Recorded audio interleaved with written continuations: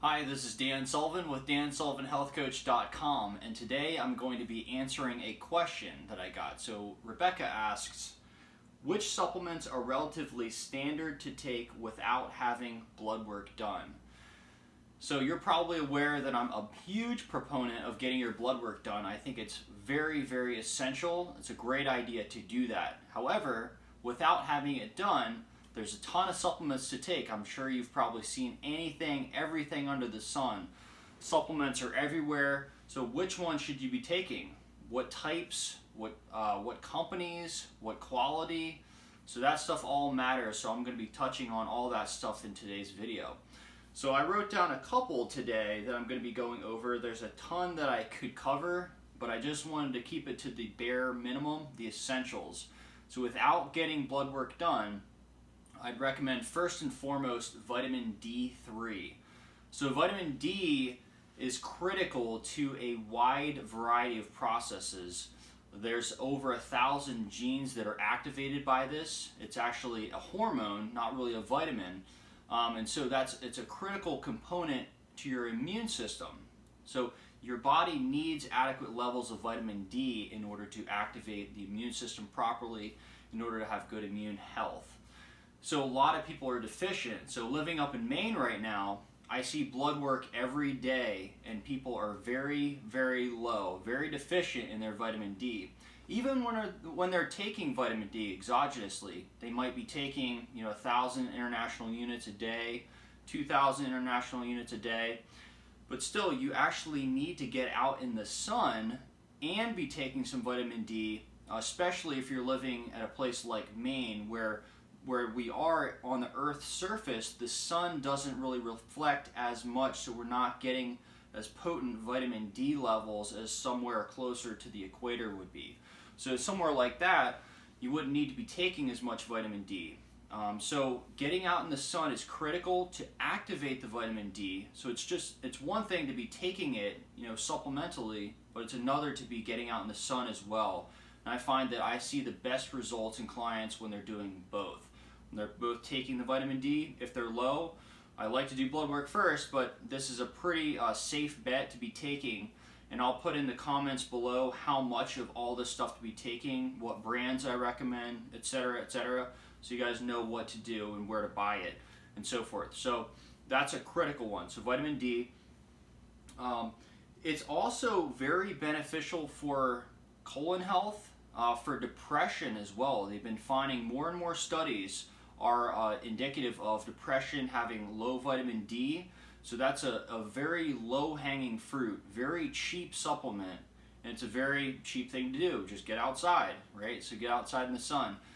It's a little hard right now. We're having a huge snowstorm here in Maine, but in any case, get outside as much as possible, and you only need a couple minutes a day. 10, 20 minutes a day would be great for your vitamin D levels. So that is critical. It also affects, there's so much here I had to write it all down. It also affects your testosterone, different hormones, estrogen, the production of those, other sex hormones, and so vitamin D is very, very critical to those as well. So without further ado, that's vitamin D. The next one is fish oil. So fish oil is a huge component of getting inflammation down, and then also getting your omega-3, omega-6, omega-9 fatty acid ratio in better balance. So I'm sure you've heard of omega-3s and omega-6s before. Eating a typical standard American diet, we are bombarded with omega-6 fatty acids, which have been found to be much more pro-inflammatory. So inflammation is a huge problem in the States and at large as well. And so I've talked about that in previous videos, the myth between cholesterol, inflammation, heart disease, all kinds of stuff like that. So for that, you can touch base to the previous video. But in any case, systemic inflammation is definitely quenched in part by having adequate levels of fish oil. So normally fish oil has the components of EPA and DHA. They're super long, I don't want to say their names, but essentially EPA is more responsible for reducing systemic bodily inflammation, and then DHA is more immune regulatory, and then also reducing brain inflammation and upregulating your neurons' ability to fire and to communicate with each other, so neuroplasticity. So kind of different effects, and usually a good quality fish oil will have pretty much equal amounts of the EPA and the DHA. Lower quality fish oils tend to have more EPA, which is cheaper to manufacture than the DHA. But I find that they're used in combination, they're great. If you know that you're working on your brain specifically, you might want to go a little bit heavier on the DHA, and then if you know that you're working on reducing systemic bodily inflammation, I would go heavier on the EPA. Now, a lot of people think that they're going to be getting adequate amounts of fish oil, or omega-3s from their flax seeds or from their chia seeds and so forth. However, these food sources are very inefficiently converted into the usable EPA and DHA. So without going into the scientific, the breakdown of that, it's a very inefficient process. So your body, so let's say if you take in 1 gram of flaxseed or 1 gram of omega-3s from flax, your body may only convert a small percentage of that to usable form. So I found that using the actual fish sources, and then high quality sources are imperative in fish oil. There's a lot of low quality stuff out there that's oxidized that will actually cause more harm than good. So I'll be sure to check out the comments below for the exact brands that I use and recommend, because that does play a huge role. And you definitely do get what you pay for with fish oil. So don't get your stuff at just the store down the street, Walmart or wherever. Definitely invest in a high quality source of that. So that's fish oil.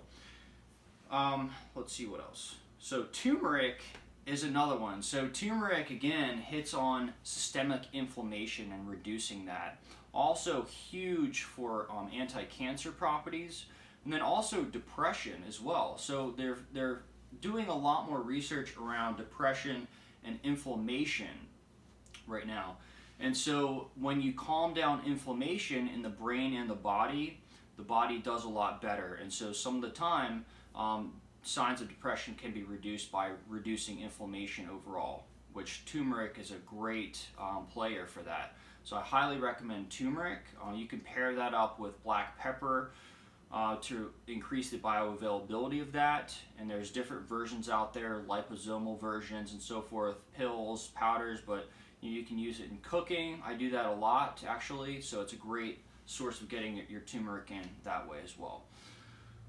Vitamin A is next. So vitamin A is in a lot of organ meats. It's in cod liver oil that your grandma might have had you take as a kid.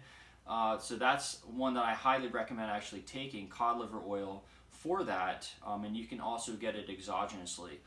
A lot of people, think that they're getting plenty of vitamin A from their carrot intake, for instance. So the beta carotene in carrots is poorly converted again. So similar to the omega-3s getting poorly converted to the EPA, the usable forms of that. So for that reason, I highly recommend either eating organ meats, taking cod liver oil, and then again, focusing on the quality supplements for the cod liver oil is going to be imperative too. Or just taking it by pill, and I'll have a couple links below to the sources that I use. Vitamin A is also critical for gut health, and you're probably aware how much of a advocate I am for proper gut health. So cleaning up and healing the lining of the gut is really important for reducing inflammation. If you have chronic leaky gut, for instance, that can be highly inflammatory to you. So that's not a good idea to have that just that raging in the background. So using stuff like vitamin A to heal your gut is going to be a great idea. Magnesium is the next one. So magnesium is involved in over 300 enzymatic processes.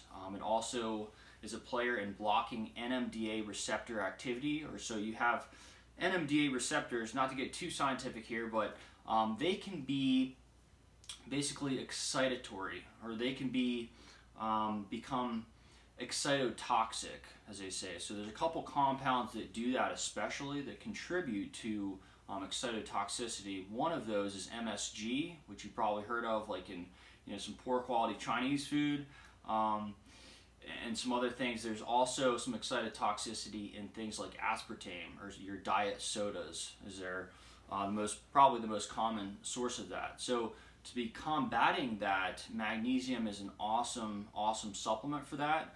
But then for all kinds of other reasons as well. And it's really good for calming you down mentally. It's one of the things that I like to take before bed. It's very, very calming. And so you can take that before bed. I find that I get a much better sleep when I take magnesium. And then also things like stress, working out, whether it be physical or emotional, psychological stresses that we all have, those tend to deplete our levels of magnesium. And so due to our poor soil quality these days, or our poorer soil quality than it used to be, we have a tough time getting as much magnesium as we actually need in our food. So that's another reason why the need for supplementation is definitely there. And then that's pretty much it. There's a couple other ones that I have here. Glutathione, which is a great player. It's sort of like vitamin C on steroids. So this is a great, it's an antioxidant, and it's going to help with a ton of different stuff, detoxification and so forth. Your body makes glutathione, but again, we have so much toxic burden in our lives these days with environmental toxicity or bad food or what have you, that our levels of glutathione can become depleted. And also medications can deplete our glutathione levels as well. So we have to take that into consideration. So if we're living a healthy, extremely healthy lifestyle, we might be okay, but if you tend to get a little bit stressed out or if you're having a tough week, that might be a great supplement to be taking during that time. And so I highly recommend a liposomal glutathione. Glutathione will be sort of destroyed in your gut, but by encasing it in a liposomal layer, a fat layer, that will get through the stomach and will be able to be assimilated into the body. That one's a pretty pricey one, but I would definitely highly recommend it. It's very potent. And then last but not least, adaptogenic herbs. So adaptogenic herbs or adaptogens, these are critical for combating the stress response. So when we have stresses in our lives, our body will turn on our fight or flight mechanism, and our cortisol will spike and we'll get all out of whack. And so adaptogens really bring us back down if we're too high, and they'll also bring us up if we're too low, so to speak. So if you're kind of feeling down or feeling a little bit depressed or feeling lethargic, adaptogens can also help to bring you up. So they really help to moderate your energy levels and your mood. So I'll tend to take these. There's a ton of good ones that you can take.